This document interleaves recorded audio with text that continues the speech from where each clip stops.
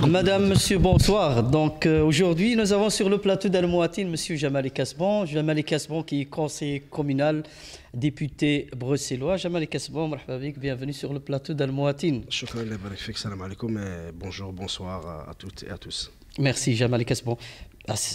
Par rapport à ce qui se passe actuellement en Belgique, donc ça chauffe un petit peu. Donc le CDH qui a quitté, disons, on voulait quitter le PS, il l'annonce publiquement. Donc, qu'est-ce que vous en pensez, vous, en tant que député, en tant que politicien, militant socialiste depuis des années? Ça vous fait quoi? Alors, d'abord, le CDH, il n'a pas quitté le PS. Le CDH, il a décidé de faire tomber les gouvernements régionaux, wallons, bruxellois et celui de la Fédération Wallonie-Bruxelles. C'est quand même celui qui gère l'enseignement, qui gère la culture, les politiques d'aide à la jeunesse notamment. Donc il a décidé de retirer la prise, comme on dit. Mais ils sont toujours ministres. Donc ils ont décidé de quitter, mais ils sont toujours là. Donc j'ai l'impression quand même qu'on est devant une attitude incompréhensible, d'abord d'un président qui a décidé de débrancher la prise. Alors est-ce que c'est les sondages qui l'ont effrayé? Est-ce que c'est la crainte de ne plus exister dans le paysage politique belge qui a fait qu'ils prennent cette décision? Je ne sais pas. Mais en tout cas, jouer avec l'argent du contribuable et jouer avec les gouvernements de cette façon-là, c'est tout à fait irresponsable. En plus d'être, je veux dire, incorrect, je veux dire, c'est une forme de trahison parce qu'il y a un accord de gouvernement, il y a un accord de majorité. On peut être en désaccord et on peut choisir de ne plus travailler ensemble au bout de la législature. Mais ici, on est à 2 ans des élections de 2019, on décide de faire tomber les gouvernements pour je ne sais quelle aventure, ni avec qui, ni avec quoi, comment. Tout ce que je sais, c'est que je pense que c'est pas bon pour les régions et pour le pays de rester sans gouvernement et que de toute façon, ça va coûter de l'argent aux contribuables. Parce que, petit exemple, j'ai appris tout à l'heure que le fait de faire tomber le gouvernement et donc de licencier des gens qui travaillent dans l'administration des cabinets ministériels, ça va coûter plus de 3 millions d'euros à la Fédération Wallonie-Bruxelles. Une fédération qui est quand même en manque d'argent, qui doit s'occuper d'enseignement, de culture, je pense que c'est tout à fait irresponsable. Je pense que Benoît Le Dienne n'a pas calculé, en tout cas, je pense, les conséquences de... Je ne sais pas, peut-être qu'il a voulu faire un coup politique. Peut-être qu'il a voulu faire un coup politique. Moi, j'entends que beaucoup de gens du CDH qui n'étaient pas au courant de ce coup politique. Voilà, moi, j'ai entendu des gens du CDH qui ont été surpris, comme nous, par cette décision et qui ne comprennent toujours pas dans quel jeu ils sont. Voilà, maintenant... on va vers quoi? Ça, on ne sait pas. L'état actuel des choses, il est comment? C'est eux qui ont décidé de débrancher la prise, voilà. Il y a quand même des dossiers qui étaient en cours, il y a un gouvernement... Le gouvernement bruxellois, par exemple, c'est un gouvernement qui travaille bien, on ne peut pas dire qu'il ne travaille pas bien, et prendre certains prétextes, le prétexte des affaires, puisque, parlons-en franchement, moi, j'ai pas de tabou, mais prendre pour prétexte les affaires pour dire on ne va plus travailler avec le PS, c'est doublement malhonnête. D'abord parce qu'on sait très bien que les affaires, entre guillemets, concernent certaines personnes qui ont fauté et en ce qui nous concerne au PS, ces personnes ont été sanctionnées, ont été écartées, ne font plus partie du PS aujourd'hui. Et puis c'est doublement malhonnête parce que les affaires, elles concernent aussi les autres partis. Elles concernent aussi le MR, elles concernent aussi le CDH, et grandement. Donc voilà. Et pourquoi se focaliser uniquement sur le PS, à votre avis? Je pense que c'est une tentative de sauver son parti. Alors que ça concerne la plupart des partis. Voilà, c'est ce que je dis. Donc il essaye peut-être de sauver son parti, il essaye peut-être de jeter un écran de fumée. Puisque maintenant les caméras sont braquées sur le PS, c'est essayer de faire oublier que les autres aussi sont concernés par la bonne gouvernance. Les autres aussi sont concernés par des affaires, par des gens qui ont abusé de la confiance qu'on leur a donnée, par des gens qui sont mis plein les poches. Et puis aussi... on est actuellement dans un débat important sur le décumul des mandats, le décumul des rémunérations. Le PS vient de prendre des décisions importantes, des premières décisions importantes, et il va encore poursuivre et continuer. Vous avez vu dans la presse, je n'invente rien, que le CDH s'est exprimé clairement contre ces mesures de décumul, comme le MR d'ailleurs. Donc peut-être qu'ils avaient un petit peu peur qu'on impose ces mesures au niveau du gouvernement, au niveau du Parlement, à l'ensemble des élus dans nos enceintes parlementaires. J'ai suivi hier le congrès PS, donc au matin, et donc le président Elio Di Rupo a un petit peu, disons, travaillé plus sur comment rassurer les militants et comment unir en fait, en tout cas le Parti socialiste et les membres du Parti socialiste, mais on n'a pas senti vraiment des propositions concrètes à part parler des cumuls. Je pense qu'ici, maintenant, on est dans un moment de crise. Un moment de crise important. Il faut savoir que l'ensemble de nos militants ont été choqués par ce qui s'est passé, parce qu'on a découvert que certains ont abusé de leur pouvoir, abusé de leur position pour s'attribuer des mandats, s'attribuer des jetons de présence et des émoluments importants. C'est tout à fait indécent. Ça a été condamné clairement. Les gens ne font plus partie du Parti socialiste aujourd'hui. Il y a une coupure très nette. Donc, ce qui prouve que le comportement de ces gens n'a rien à voir avec l'ensemble des militants, qui d'ailleurs ne sont pas tous des mandataires, qui d'ailleurs s'investissent bénévolement. Je tiens quand même à le rappeler, la plupart des militants passent des soirées entières dans des réunions, dans des quartiers, dans des associations, dans des ASBL, dans les conseils communaux, quasi bénévolement, parce qu'ils ont un engagement qui est leur engagement politique et leur engagement au Parti socialiste. Donc ces gens-là, il fallait quand même à un moment donné leur rendre une forme de dignité perdue, parce qu'on se sent tous salis, on se sent tous trahis un peu par ces comportements-là, premièrement. Le deuxième message, c'est le message vis-à-vis de l'extérieur. Le message qui consiste à dire, eh bien, puisque certains ont des problèmes avec l'argent, on va imposer des règles claires et nettes par rapport à des décumuls de rémunération. Dorénavant, il ne sera plus possible de cumuler des rémunérations. Il ne sera plus possible de cumuler des mandats avec des rémunérations et de dépasser certains plafonds. Ce sont des règles qu'on s'impose à nous-mêmes au niveau du Parti socialiste, qui existent déjà au niveau de certains autres partis, mais pas tous. Mais ce sont des règles qu'on est prêt à éventuellement porter dans les parlements pour les imposer à l'ensemble des élus. Et puis, pour le reste, pour les propositions, là vous avez raison, on veut, hier, nous avons tourné une page vraiment choquante et triste pour notre parti, mais pour l'image du politique de manière générale, parce que chez nous, comme je le disais, en une semaine, on a fait démissionner les gens. En une semaine, on a exclu les gens. Dans certains partis, il y a encore des gens qui ont fauté, qui sont toujours présents. Mais on prépare un congrès aussi après les vacances, on prépare un congrès important en septembre, où là on va venir vraiment avec des propositions, des idées et des bilans par rapport à ce que nous pouvons faire et nous pouvons apporter pour la population. Toutes les questions liées au logement, à l'emploi, à l'enseignement, tout ce qui préoccupe vraiment nos concitoyens et tout ce qui devrait être notre priorité. Mais il fallait d'abord tourner cette page, il fallait d'abord s'inscrire clairement en faux par rapport à ces dérapages et montrer aussi qu'on était prêt à prendre des mesures fortes et pas simplement avoir de bons slogans ou de belles paroles. Non, joindre le geste à la parole. Nous l'avons fait, nous l'avons appliqué et nous comptons encore aller beaucoup plus loin dans l'avenir. Jamali Kesbon, vous êtes candidat pour 2018 à Molenbeek-Saint-Jean. Quelles sont les chances du Parti socialiste dans cette commune dont les besoins sont énormes en matière d'emploi, du logement, de lutte contre le radicalisme, etc. Mais, je serai candidat, Inch'Allah. Inch'Allah. Probablement, oui, certainement. Comme d'autres, comme d'autres. Et je pense que le Parti socialiste à Molenbeek-Saint-Jean s'est retrouvé dans l'opposition, après avoir été au pouvoir à Molenbeek-Saint-Jean pendant de longues années. Je pense qu'aujourd'hui, les gens ont vu la différence. Quand le PS était aux affaires pouvoir et le PS dans l'opposition. On ne peut pas dire aujourd'hui que la majorité actuelle brille par sa cohésion ou par des projets importants pour la commune. Il y a ici et là dans la population quand même beaucoup de difficultés qui sont exprimées par rapport à la majorité qui est actuelle. Mais avant de faire le bilan de la majorité, on n'en est pas encore là. On se focalise d'abord sur nous-mêmes, sur le projet qu'on veut porter pour Molenbeek, parce que en politique, on peut exister en démolissant les autres, mais on peut aussi exister en portant des projets, des idées. Nous, ce qu'on veut faire, c'est d'abord ça. On fera le bilan, l'évaluation du collège sortant bientôt, dans peu de temps. Mais ce qu'on veut surtout, nous, c'est se retourner vers la population, aller à la rencontre des gens. C'est ce que nous allons commencer à faire pour aller discuter avec eux de leurs préoccupations, de leurs priorités et élaborer avec eux un programme, élaborer avec eux des idées.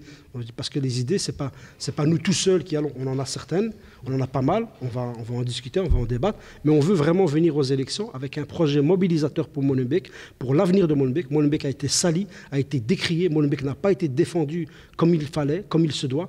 Nous-mêmes, en tant qu'opposition, on a quelque part un peu mis entre parenthèses notre rôle d'opposition par rapport à la majorité, parce que on a vécu les attentats, on a vécu l'après-attentat, on a vécu la stigmatisation de Molenbeek et de sa population, et on a voulu quand même à un moment donné jouer un rôle responsable par rapport à ça. On a voulu montrer une unité du monde politique par rapport aux attaques tout à fait injustes que Molenbeek a subies. Mais en parlant par exemple de radicalisme, moi je constate simplement qu'au moment où il y a eu les attentats, au moment où il y a eu Yann Yambon qui a annoncé qu'il allait nettoyer Molenbeek en stigmatisant Molenbeek, comme si c'était qu'à Molenbeek qu'on avait des difficultés, tout le monde évidemment s'est rué là-dessus. Et on a débloqué, soi-disant, un montant financier, on a débloqué 150 000 € pour créer des cellules anti-radicalisation et faire un travail d'accompagnement. Ce qui est important, ce qui est bien. Je constate quoi aujourd'hui? Je constate que la bourgmestre, qui est libérale et qui fait partie de la même majorité qu'Yann Yambon au niveau fédéral, ils ont décidé purement et simplement d'arrêter ces subsides.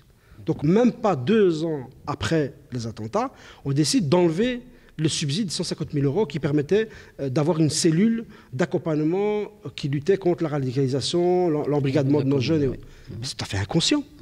C'est tout à fait contradictoire. Donc ce subside n'existe plus. Il n'existe plus. Il n'existe plus. C'est la région qui a dû venir aider la commune. D'ailleurs, je n'invente rien. Si vous regardez les interviews de l'Echevine Écolo, qui est dans la majorité actuelle, Sarah Turin, qui a la cohésion sociale dans ses attributions notamment, elle dit elle-même qu'elle a reçu des cacahuètes, des peanuts. Ils ont tout focalisé sur la répression, sur le travail policier, alors qu'en réalité, même au niveau du travail policier, on a annoncé des renforts de police qui, en fait, sont arrivés et puis ont diminué au fur et à mesure du temps. Donc c'est un leurre. Donc pendant ces attentats, on a fait beaucoup de belles déclarations, on s'est beaucoup musclé dans son discours en annonçant des mesures, en annonçant des choses, mais en réalité, on n'a rien fait. Mais par contre, la population, on l'a stigmatisée, on l'a montré du doigt, on l'a pointé du doigt. On n'a rien fait pour essayer de lutter radicalement sur ce désœuvrement que nos jeunes connaissent, sur le fait que nos jeunes se retrouvent dans des situations difficiles parfois et qui peuvent être des proies faciles pour des recruteurs sans foi ni loi. Donc voilà un exemple d'incohérence, un exemple d'échec pour la majorité actuelle, où il n'y a pas de cohésion, où vous voyez bien que les différentes composantes de la majorité tiennent des discours différents. Il y en a qui tiennent des discours très sociaux, très préventifs, d'autres qui tiennent des discours très répressifs, et des moyens financiers qui arrivent du fédéral et puis qui disparaissent après même pas 2 ans. C'est pas sérieux. C'est pas comme ça qu'on construit une politique. C'est pas comme ça qu'on construit l'avenir de Molenbeek-Saint-Jean. En complément à ce dossier concernant la radicalisation, nous avons reçu à Almoatine, en tout cas, nous avons reçu une déclaration, un écrit de la part des éducateurs de Molenbeek. Une dizaine d'éducateurs. Vous étiez responsable de la classe de Molenbeek. Ces éducateurs, actuellement, posent beaucoup de questions quant à la gestion de ce service, de ces associations qui composent et qui travaillent avec les jeunes, etc., dans la commune, et qui sont très critiques par rapport à ce travail qui est en train de se faire pour l'instant, et qui veulent aller plus loin. Qu'est-ce que vous en pensez? Est-ce que vous avez reçu les mêmes plaintes peut-être de ces éducateurs? J'ai reçu des plaintes et je rencontre et je discute avec beaucoup de gens tous les jours, des éducateurs, mais aussi les utilisateurs de ces services. Vous êtes au courant de ce Je suis au courant. problème. Alors, moi, je suis très content que vous me posiez la question parce qu'il faut savoir qu'il y a quelques années à Molenbeek-Saint-Jean, quand nous étions au pouvoir, quand on a mis en place des politiques d'accompagnement social, préventive et autres, pas grand-chose existait sur la commune. Il n'y avait rien. On a créé la classe, on a créé des éducateurs, Alors j'ai toujours dit, tout n'était peut-être pas parfait, mais on avait des services qu'on avait créés. Des maisons de quartier, maisons de la femme, éducateurs sportifs, éducateurs de rue. On a créé des services d'accompagnement pour les gens, on a créé énormément de services. J'ai dit, on peut toujours tout améliorer. Quand la majorité est arrivée, elle est arrivée avec une idée préconçue par rapport à ces services. Donc dès le départ, ces services étaient mauvais. Dès le départ, pour eux, ces services, il fallait les éliminer. Les gens qui y travaillaient étaient des bons à rien. C'est pas comme ça qu'on fait de la politique. Je constate qu'aujourd'hui, ils ont voulu faire des restructurations. Aujourd'hui, ils ont créé le chaos, ils ont créé le désordre. Aujourd'hui, vous rencontrez les éducateurs de rue, les éducateurs dans la rue, ils n'ont plus de ligne conductrice, ils n'ont plus de fil rouge, ils ne savent plus ce qu'ils doivent faire, ils ne savent plus à quel sein se vouer, si je peux me permettre l'expression. Et donc on a complètement déstructuré ce secteur important à Molenbeek-Saint-Jean, qui en plus de ça, n'a pas de moyens financiers supplémentaires. Moi je dis très souvent, au conseil communal, je constate qu'on a trouvé des moyens financiers pour installer des caméras, presque 2 millions d'euros pour installer des caméras à Molenbeek-Saint-Jean. On n'a pas le même montant pour recruter des éducateurs, des travailleurs sociaux, des assistantes sociales, des psychologues, des gens pour nous aider vraiment à encadrer nos jeunes, à permettre à donner une chance à nos jeunes de trouver un projet d'avenir et de se construire un projet d'avenir. Justement, la question, comment permettre à ces éducateurs de mieux travailler sur la lutte contre le radicalisme si eux-mêmes se réclament quelque part victimes d'un système qui dysfonctionne au sein de la coordination du projet de la classe. Je crois qu'il est temps de remettre de l'ordre, il est temps de mettre les choses au point. Les élections communales, c'est dans un an, et dans un an, il sera temps, en tout cas pour nous, je l'espère, si on revient aux affaires... Vous, dans l'opposition, est-ce que vous avez un pouvoir maintenant on n'a pas le pouvoir de gestion. Oui. On interpelle régulièrement, on débat régulièrement, on a toujours les mêmes réponses. On a toujours en face de nous une impuissance totale et une majorité qui fait parfois plus de sécuritaire qu'autre chose. Hein, quand je vois, on interdit les rassemblements à Ribeaucourt, on interdit les rassemblements à Bécante, mais on ne trouve pas de solution concrète, parce qu'en réalité, quand on interdit un rassemblement à un endroit, le rassemblement, il se déplace. On déplace le problème, on ne règle pas le problème. C'est le quartier voisin qui subit le problème. Moi, ce que je veux, ce n'est pas de déplacer les problèmes, c'est essayer de résoudre les problèmes, essayer de les régler. Et par rapport aux éducateurs, je pense que les éducateurs, ce qu'ils demandent surtout, c'est du respect, c'est qu'on les écoute, parce qu'ils ont des choses à dire, parce qu'ils ont l'expérience de terrain, et qu'on tienne compte de leur expérience, et qu'on tienne compte d'eux pour construire une réelle politique sociale, une réelle politique d'accompagnement des jeunes, et qu'on essaie aussi de déterminer là où il faut mettre les moyens. Et aujourd'hui, ce n'est pas le cas. Je vous ai donné l'exemple tout à l'heure des 150 000 € pour la cellule anti-radicalisation qui ont disparu. On ne peut pas dire que Molenbeek-Saint-Jean a augmenté ses moyens financiers. Pas du tout. Ils ont même réduit des services. Il y a des services publics, les services sociaux de prévention, ils sont même en recul par rapport à la population. Le PTB, Parti Travail belge d'orientation marxiste, ce parti est actuellement, prend un petit peu de l'avance, mais beaucoup. Donc le PS perd un petit peu les électeurs, et donc c'est le PTB qui prend un petit peu la place. Pourquoi les citoyens, soit les électeurs du PS, s'orientent beaucoup plus vers le PTB que d'autres partis, par exemple? D'abord, moi, je ne fais pas attention aux sondages. Moi, les seuls sondages qui ont une valeur, pour moi, c'est les élections. C'est le résultat des élections. Et très souvent, on a donné des sondages perdants pour le PS, alors qu'en réalité, il s'avère que le PS arrive à faire des bons résultats, même en difficulté. Le phénomène par rapport au PTB, moi je veux dire, c'est un parti qui existe, qui est là, il a le droit d'exister pour décider des valeurs. Moi, je pense qu'il faut aussi comparer ce qui est comparable. Le PTB, c'est un parti qui a toujours fait de l'opposition. Il n'a jamais géré, il n'a jamais été aux affaires. Quand vous gérez, quand vous êtes aux affaires, eh bien, vous faites des mécontents. Vous créez parfois des frustrations, des crispations. Mais c'est ça, assumer ses responsabilités, c'est ça. Ou alors on reste au balcon, on hurle, on crie, on appelle à la révolte dans la rue, mais finalement, on ne change pas grand-chose. Ici, le PTB, eux-mêmes déclarent qu'ils ne veulent pas aller au pouvoir avant 15 ans. Donc, le message est clair. Votez autant que vous voulez pour le PTB, ça ne les intéresse pas d'aller aux affaires, d'aller au pouvoir. Voilà. Ils changeront peut-être d'avis. Hein. Non, voilà. Je pense que le Parti socialiste vit actuellement une difficulté qui est présente dans l'ensemble du monde politique. C'est qu'il y a un problème de confiance par rapport au monde politique. Il y a un déficit de confiance des citoyens par rapport au monde politique. Aujourd'hui, il bénéficie au PTB, mais hier, il bénéficiait à Écolo. Dans d'autres pays, il a bénéficié à Macron en France. Donc je pense qu'on a tendance à, Mélenchon, on a tendance à soutenir les vents contestataires. Mais aussi parce que le politique, aujourd'hui, PS ou pas, n'arrive plus parfois à faire passer ses messages, à donner des explications aux gens. Je pense que dans le parti, par rapport au Parti socialiste, pour parler de mon parti, je pense qu'il y a parfois une déception des gens qui constatent que quand on est au pouvoir, on n'applique pas toujours 100% de notre programme. On n'applique pas toujours ce qu'on voulait faire.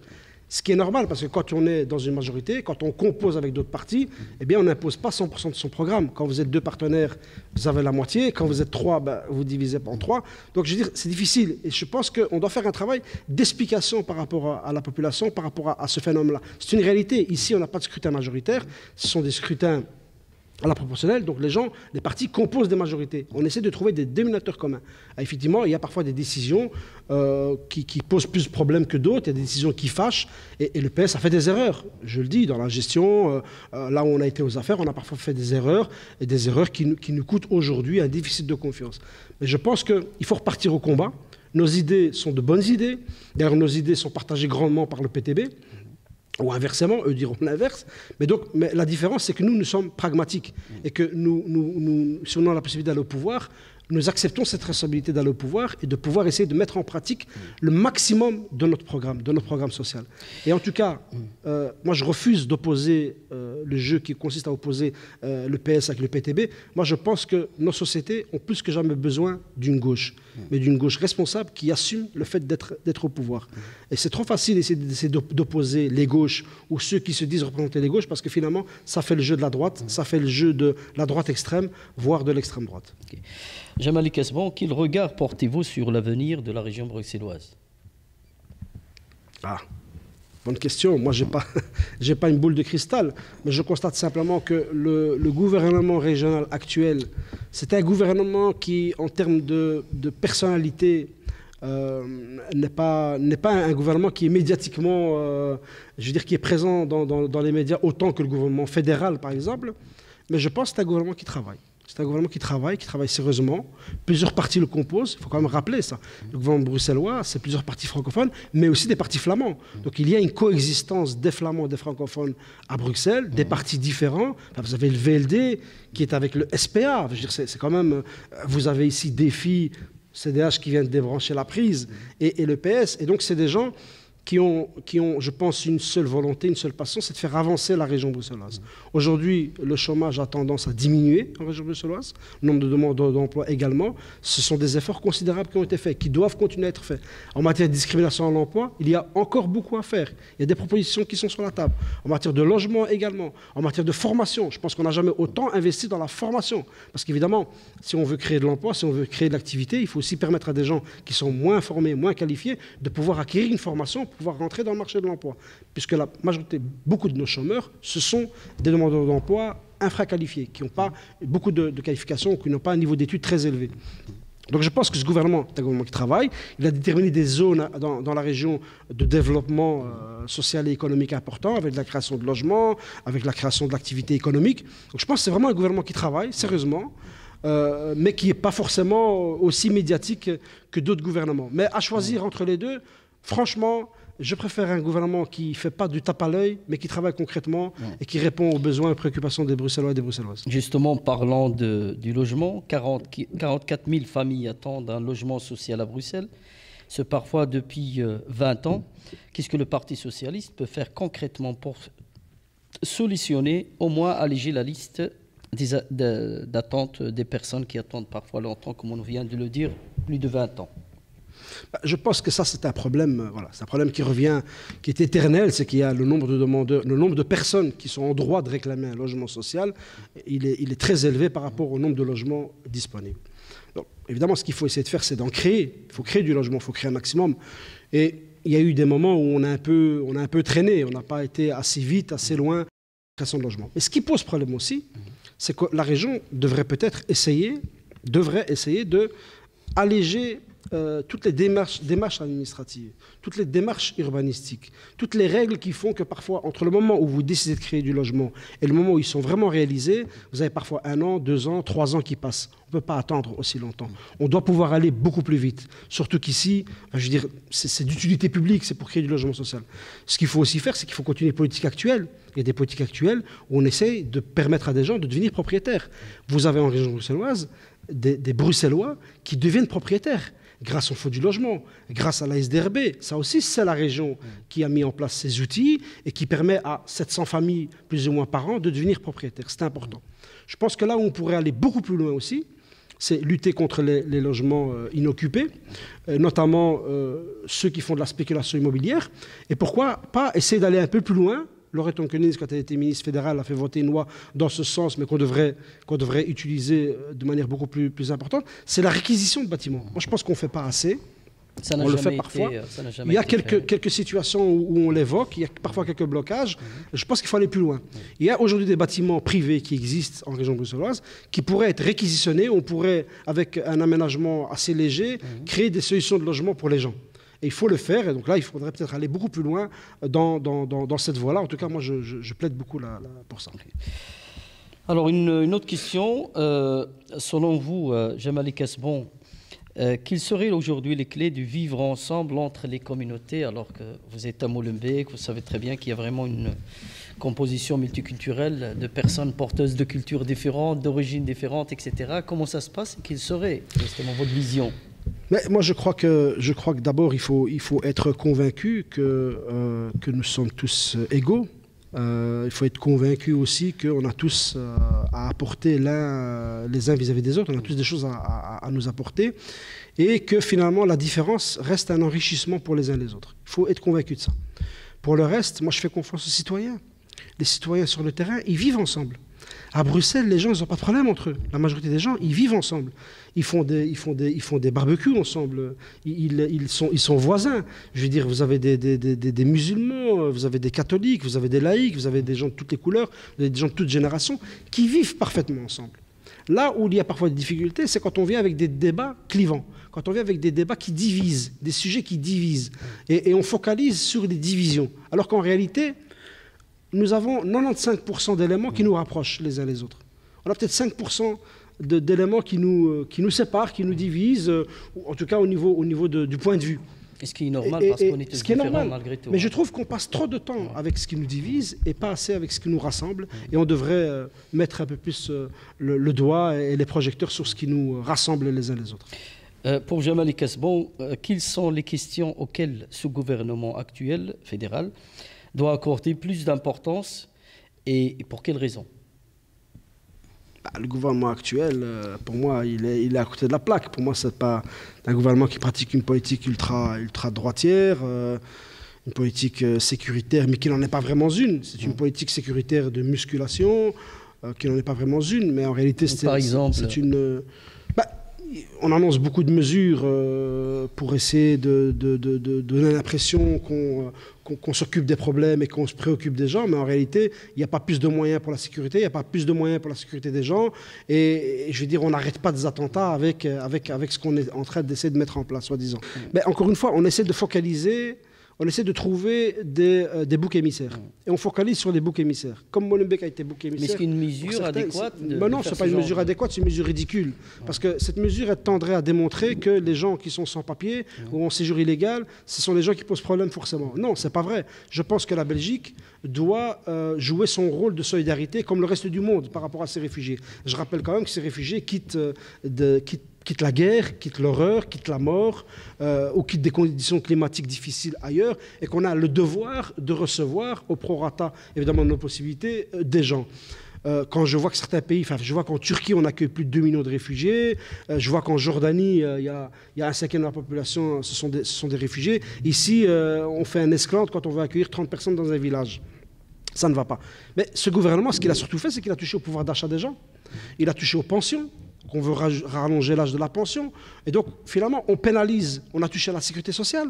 Et ça, c'est quelque chose qui me tient très à cœur. Est-ce que vous vous rendez compte aujourd'hui que ce gouvernement touche à la sécurité sociale, touche à notre bien commun, et est en train de mettre en péril la sécurité sociale qui permet à chacun d'être soigné équitablement? Un exemple, vous avez certains hôpitaux, comme l'hôpital des enfants, l'hôpital qu'on appelle Reine Fabiola, l'UDERF, qui s'occupe du traitement des enfants qui sont malades du cancer et de la leucémie. C'est un hôpital qui fait un travail remarquable, et je sais de quoi je parle. Travail remarquable. On réduit les budgets de cet hôpital, et en même temps, on veut lui retirer son statut d'hôpital universitaire. Mais non, nom de Dieu, mais c'est un crime. C'est un crime de faire ça. Les hôpitaux universitaires, c'est grâce à la recherche qu'on soigne les gens. Aujourd'hui, on soigne mieux les leucémies qu'il y a 10-15 ans. Aujourd'hui, on traite mieux les problèmes de cancer de nos enfants, de nos jeunes. On arrive à sauver des vies aujourd'hui. On arrive à éliminer le cancer. On arrive même à faire que des gens peuvent vivre avec le cancer. Et je trouve que c'est un crime que de toucher à ça pour des questions budgétaires ou pour des questions idéologiques. En fait. Je pense que le gouvernement fédéral essaie de faire des économies là où il ne devrait pas. Et en même temps, il y a aussi une question idéologique derrière. On essaye de permettre la privatisation de la sécurité sociale. On essaye en fait de fragiliser la sécurité sociale, les soins de santé publics, pour permettre que l'éclosion de soins de santé privés, pour que demain, quelqu'un qui a les moyens, il va pouvoir se payer une sécurité sociale gold, une carte gold, et puis vous aurez ceux avec la carte gold, ceux qui auront une carte simple, et puis ceux qui n'auront pas de carte du tout. Nous, il n'est pas question d'accepter une société comme ça. Nous, ce qu'on veut, c'est la solidarité. Le mécanisme de solidarité, c'est quoi? Je le rappelle, c'est ceux qui payent, ceux qui travaillent, qui contribuent pour ceux qui ne travaillent pas. Ceux qui sont jeunes contribuent pour ceux qui sont vieux. Ceux qui sont en bonne santé contribuent pour ceux qui sont malades. C'est ça la sécurité sociale et c'est ça qu'on doit absolument maintenir. Alors c'est vrai que ça coûte de l'argent. Ça coûte de l'argent, mais c'est pour le bien-être de tous.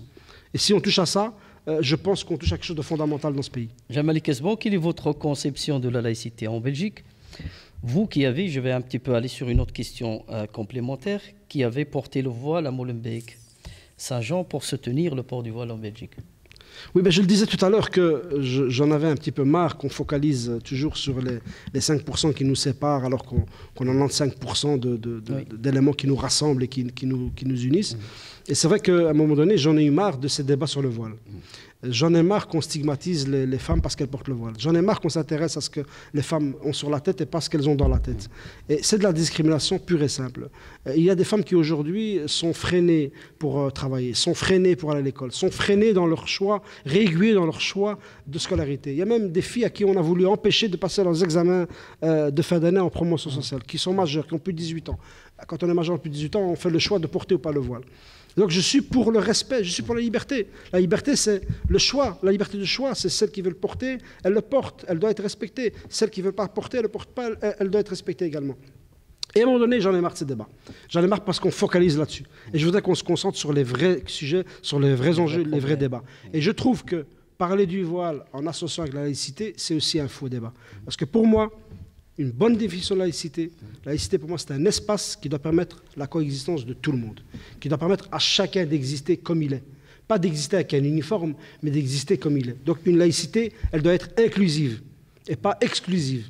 Et aujourd'hui, vous avez certaines personnes qui portent un message de laïcité qui est mauvais, qui est négatif, qui exclut les autres, qui stigmatise les autres, qui pointe du doigt les autres. Ce n'est pas une définition de laïcité pour laquelle j'ai envie d'adhérer. Et d'ailleurs, quand on voit qu'en France, le terme de la laïcité a été utilisé, galvaudé par l'extrême droite, par Marine Le Pen, il y a de quoi s'inquiéter par cette instrumentalisation de la laïcité. La laïcité peut être quelque chose de beau si elle est inclusive, si elle est ouverte, si elle est positive, pas offensive, et si elle permet à chacun de coexister. Je le dis, je le rappelle, je pense qu'il y a de la place pour tout le monde dans cette société.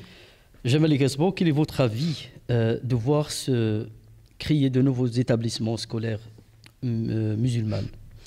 Pour certains, c'est pour donner plus de place aux élèves qui portent le voile. Et pour vous, votre position, la position du PS? Moi, à titre personnel, je préfère une école où il y a tout le monde, une école où tout le monde se retrouve. Une école où on n'a pas besoin de créer des écoles avec des réseaux d'obédience, que ce soit musulmans, que ce soit juifs. Il y a aussi quand même des écoles juives qui existent depuis très très longtemps, ou les écoles catholiques.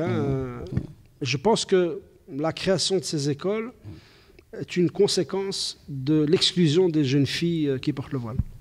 À force d'exclure et de rendre impossible la vie des jeunes filles qui décident de porter le voile, eh bien, une des conséquences, c'est la création de ces réseaux où finalement vous allez retrouver que des personnes de la même confession, que des personnes. Et je pense que voilà, ça, c'est pas le vivre ensemble. Donc ceux qui préconisaient le vivre ensemble pour interdire aux jeunes filles de porter le voile dans les écoles, mais finalement, ils ont contribué à créer peut-être ce que eux vont aujourd'hui appeler des ghettos. Mais c'est eux les premiers responsables de la création de ces écoles. Pour le reste, ces écoles ont le droit d'exister.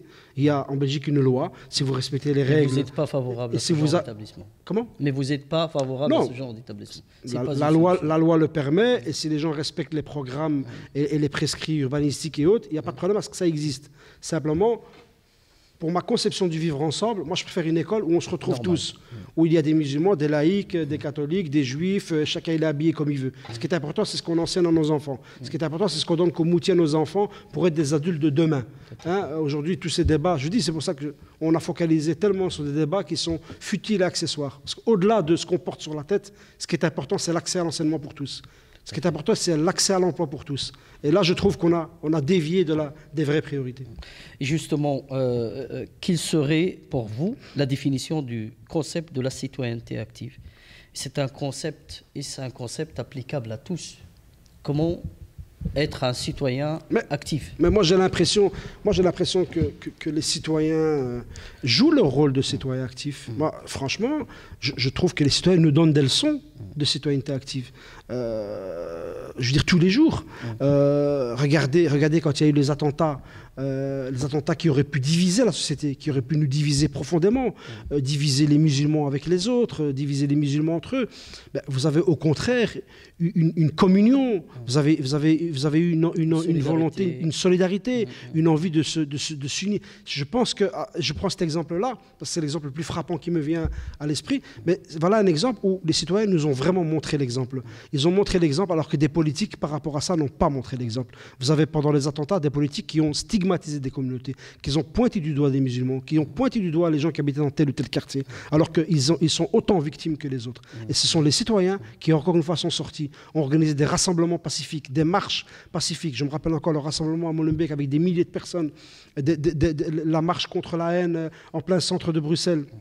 Vous avez eu des gens de toutes confessions qui ont marché côte à côte, qui ont marché les mains dans les mains, qui se sont fait des câlins, qui se sont embrassés parce qu'ils veulent vivre ensemble. Et c'est la meilleure façon de dire non justement à cette haine, à ce terrorisme, à cette volonté de diviser la société. Et à côté de ça, ces citoyens nous ont montré le plus bel exemple de responsabilité, de citoyenneté active et responsable.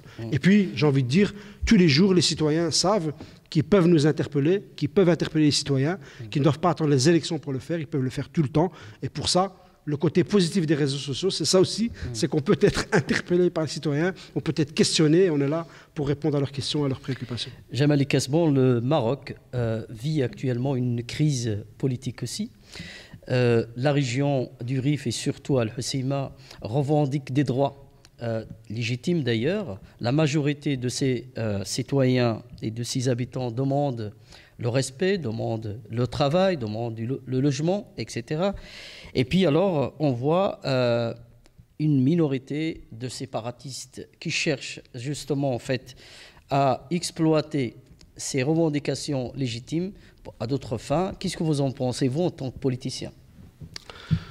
Écoutez, moi, ce que j'en pense, d'abord, moi, je suis un politique belge, donc moi, j'ai en principe pas de leçons à donner au Maroc par rapport à la politique qu'il mène. Mais néanmoins, j'ai une opinion, j'ai un avis que je peux donner. Non, vous êtes aussi d'Al-Hoceima et d'Imzoren. Voilà, je le dis parce que je le dis parce que j'ai pas de leçons à donner au Maroc. Tout à fait. Mais en même temps, si on me demande mon avis, j'ai un avis à donner et je le donne. Et puis le Maroc, ça me parle aussi, parce que le Maroc, c'est mes origines aussi, dont je suis fier. C'est le pays où sont nés mes parents, où ont grandi mes parents. Et la région d'Al-Hoceima et du Rif et de Imzoren, c'est la région d'où mes parents sont originaires et j'y retourne avec grand plaisir chaque année. Alors, effectivement, il y a des graves problèmes. Il y a des contestations populaires importantes. Et il y a des revendications qui sont tout à fait légitimes. Donc les gens, qu'est-ce qu'ils revendiquent sur le terrain? Ils revendiquent des droits sociaux, ils revendiquent la dignité, ils revendiquent la fin aussi de la corruption, la fin de certains privilèges. Ils ont des demandes très précises par rapport à la création d'une université qu'il n'y a pas, par rapport à la création d'un hôpital, justement on parlait tout à l'heure, un hôpital pour traiter le cancer, des écoles parce qu'il en manque également, du travail, de l'emploi. Nos jeunes sont en demande d'emploi là-bas aussi. Je veux dire, les gens ont quand même le droit de se créer un projet d'avenir et d'avoir des perspectives d'avenir. Donc les revendications sont vraiment sociales, avant tout. Aujourd'hui, elles ont démarré au Rif, elles ont démarré à Al-Hoceima, mais c'est un mouvement qui va bien au-delà. Je pense que les revendications sont des revendications qui sont valables pour l'ensemble du peuple marocain. C'est important de le dire.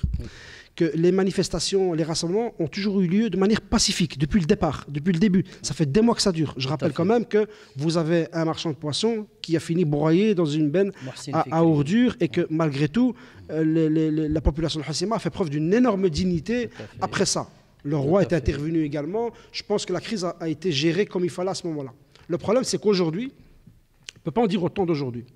Aujourd'hui, on constate qu'il y a des plans de développement économique, socio-économique de la région qui n'ont pas été mis en place, qui n'ont pas avancé, qui n'ont pas abouti. D'ailleurs, le roi lui-même a fait une déclaration dimanche dernier. Non seulement il donne raison aux revendications légitimes de la population, mais il a contesté fortement l'action du gouvernement de certains ministres. Il leur a interdit de partir en vacances. Et d'après mes informations, il y a une commission d'enquête qui est en train maintenant d'enquêter pour voir un peu à cause de qui, à cause de quoi, qui n'a pas fait son travail. Voilà, qui n'a pas fait son travail. Je pense que c'est important. C'est un premier pas qui est important, qui est intéressant. Évidemment, je pense que ce qui serait intéressant, c'est de pouvoir libérer tous les manifestants qui sont emprisonnés, ce qui créerait un apaisement. Maintenant, pour le reste, ceux qui appellent au séparatisme, ceux qui appellent à la division, je pense que c'est une infime minorité. Tout à fait. C'est tout à fait insignifiant. Minorité, oui. Et la plupart, j'en parle d'autant plus que je suis originaire de là-bas et que j'ai beaucoup de familles là-bas. Et eux ne mangent pas de ce pain-là. Eux refusent de jouer là-dedans et ils refusent d'être instrumentalisés. Néanmoins, si on laisse perdurer une situation telle que celle-là, si on continue à la réprimer, parce qu'aujourd'hui, il y a la répression qui est en train de se mettre en place, ce qui est assez curieux, ce qui n'est pas, pour moi, un bon message de la part du gouvernement.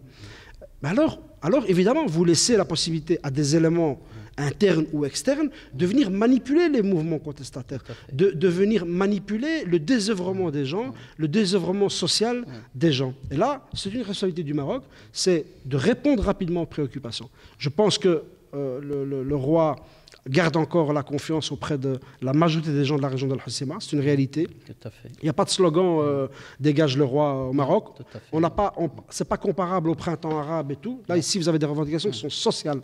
Ce n'est pas dans le politique, c'est social et socio-économique avant tout. Et je pense que si le roi continue sur sa lancée et continue à y répondre, mais rapidement, il ne faudrait pas trop attendre, on pourrait peut-être désamorcer et apaiser la région. Mais il faut absolument que la répression cesse, parce qu'il y a des éléments qui contribuent à allumer le feu. Et ça, il faut absolument que ça cesse. D'ailleurs, c'est assez curieux de constater que le lendemain de la première déclaration du roi par rapport à la commission d'enquête, par rapport au ministre à qui il a demandé des comptes, à qui il a demandé de ne pas partir en vacances, le lendemain, vous avez une intervention très musclée des forces de l'ordre. C'est assez curieux. Ça pose question, c'est inacceptable. On voudrait saboter le roi, qu'on ne s'y prendrait pas autrement. Voilà. Moi, je suis très inquiet. Je suis très vigilant. Mais moi, je veux aussi contribuer à l'apaisement.